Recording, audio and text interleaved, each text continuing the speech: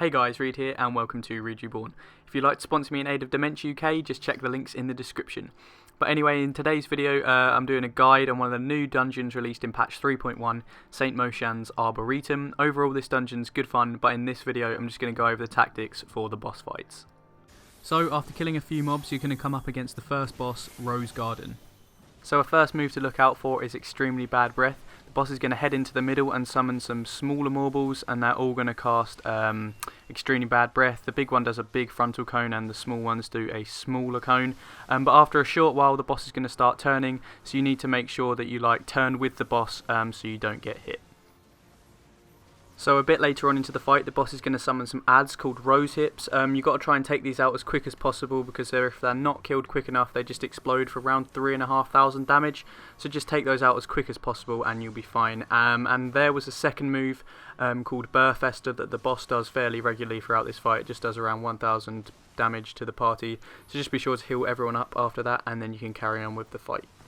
So a bit later on in the fight, the boss is going to cast Extremely Bad Breath again, but this time he's going to spawn in some Rose Hips as well. So you've got to try and move around with the Bad Breath whilst taking out the Rose Hips, which can get a bit difficult as the Bad Breath can catch up on you quite quickly. So just try and take those out as fast as possible and dodge the Bad Breath. So pretty much that is the whole first boss. Just keep up the process of dodging the Bad Breath when he does it and taking out the adds, and once you've killed the first boss, you can then carry on with the dungeon. So after killing some more monsters, you're going to come onto the second boss and face the Queen Hawk. So a short while into the fight, the boss is going to summon some bees, and they just move around the edge of the arena, and every now and again they just hit players for around 1,000 damage called Sharp Spindle. And the boss also does a party-wide damage called Pheromone Leak, and this is just for another 1,000 damage, so just be aware of that and try to heal up as often as possible. So a short while after the bee spawn, a random player is going to be targeted, and then they're going to have to dodge 4 straight line AoEs and 1 circular AoE. This is going to happen to more than one player, so just be aware of that and try and dodge them as best you can. So at around 50%, the boss is going to head into the middle and cast a Veil. This just drags all the bees from the outside into the middle with him, and while the bees are tethered, he keeps doing Pheromone Leak every 5 seconds or so, so you need to make sure you take the bees out as quick as possible so he doesn't do Pheromone Leak a lot, so you don't take that much damage. So just take them out as quick as you can, and then you can go back to fighting the boss. So now you're in the second phase. The boss is going to summon some more bees, and in this part, once you see them line up in a line of 4, when they're glowing at the bottom, they're going to do a long straight line AoE right through the middle of the arena. Just be aware of this where they're moving around the outside, and try and move out of the way or out of the middle once you see them line up in a row of 4. So shortly after this, 2 players are going to be targeted rather than 1 and then the other by the bees, and have the 4 straight line AoEs and the 1 circular AoE to dodge. So if you get targeted by this in the second phase of the fight, just be aware of that, as there are going to be a lot of AoEs, and just dodge them as best you can. So that's pretty much the whole fight. Just be aware of the bees on the outside and the AoEs, and then make sure you take out the adds at around 50%. So after you've killed that boss, you can carry on with the dungeon. So after killing a few more monsters, you're going to come into the final boss room and face Belladonna.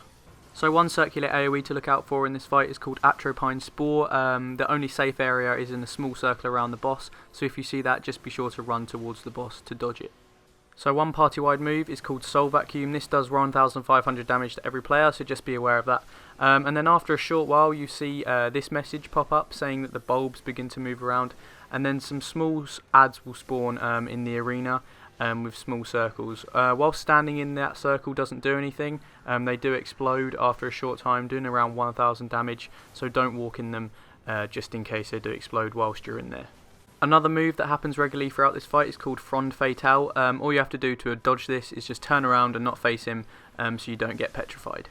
Another thing to look out for in this fight is when players get targeted by circles, they just need to try and move away from each other and other players so they don't overlap, to not overlap damage. And also a Soul Vacuum progressively does more damage as the fight goes on. So as you can see later on in the fight, there's more bulb circles to avoid, and then all 4 players in the party get given a circle above their heads. They have to try and spread out as best they can.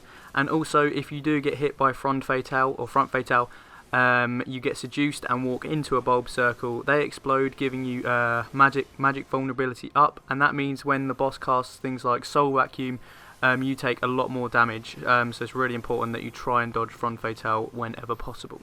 And finally, when the boss gets to around 25% health, he's going to summon 2 adds called Lily of the Saints. They cast a move called Decay. I'm not too sure what happens once they finish casting that, but whilst that's all going on, just be aware, because the boss does cast Frond Fatale, so just whilst that's going on, make sure you turn around and dodge that and take out the ads as quick as you can. And after the ads, there is nothing really else to do in this fight. You might have one more petal thing above your head to like spread out for, but apart from that, there's nothing else to do. Just keep DPSing the boss down. And then you would have killed the boss and completed Saint Mocianne's Arboretum. That is my guide over. I hope you enjoyed it. If you did, don't forget to leave a like and subscribe for more Final Fantasy XIV videos in the future.